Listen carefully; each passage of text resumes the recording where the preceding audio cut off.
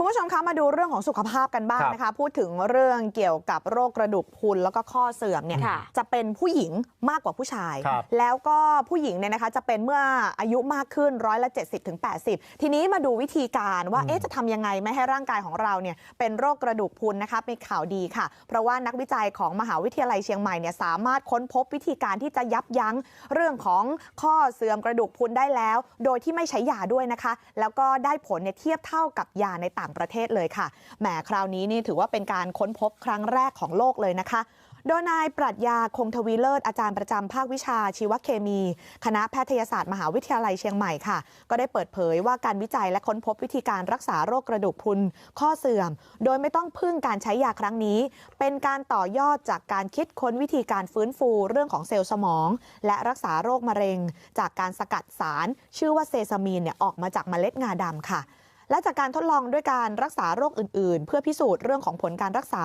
หรือฟื้นฟูสภาพร่างกายจากอาการเจ็บป่วยก็ทำให้ค้นพบในระดับที่ลึกลงไปนะคะว่าสารเซซามีนเนี่ยสามารถจะนำไปรักษาโรคกระดูกพรุนได้เป็นอย่างดีค่ะโดยการค้นพบครั้งนี้ถือว่าเป็นครั้งแรกของโลกก็ว่าได้เพราะยังไม่มีที่ไหนที่จะทดสอบแบบนี้แล้วก็ไม่มีที่ไหนที่จะนำมาพิสูจน์อย่างจริงจังมาก่อนนะคะขณะเดียวกันก็พบด้วยว่ากระดูกของมนุษย์มีอายุมากขึ้นก็จะเป็นโรคชนิดนี้โดยเฉพาะผู้หญิงค่ะมีโอกาสเป็นมากกว่าผู้ชายแล้วก็หญิงไทยเนี่ยเป็นโรคนี้สูงถึง70%ถึง 80%เมื่อเทียบในอัตราส่วนประชากร100คนนะคะจะพบหญิงที่เป็นโรคนี้กว่า10คนเชียวนะในอายุที่สูงขึ้นและนอกจากนี้นะคะก็ได้ทดสอบกับหญิงชาวบ้านรายหนึ่งในพื้นที่อำเภอสันทรายค่ะที่เป็นโรคกระดูกพรุนก็ปรากฏว่าหลังจากทานสารสกัดจากงาที่มีเซซามีนอยู่จำนวนมากเข้าไปแบบต่อเนื่องเนี่ยนะคะอาการดีขึ้นสามารถเดินได้เองขยับแขนขาอย่างคล่องแคล่วแล้วก็ไม่เจ็บปวดตามร่างกายเหมือนเมื่อก่อนค่ะ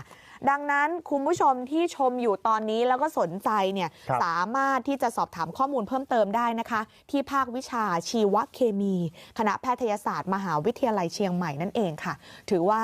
เป็นการค้นพบครั้งแรกของโลกแล้วก็ที่สำคัญคือไม่ต้องใช้ยาแต่ได้ผลดีเทียบเท่ากับยาในต่างประเทศเลยนี่แหละหูซึกดีไปได้แต่เอาอีกได้นี่มันหูซึกดีหลายเลยแม่เป็นพยานยังเนาะญาติกระดูกทับเส้นเนาะอ๋อโดยโอ้ดีเลย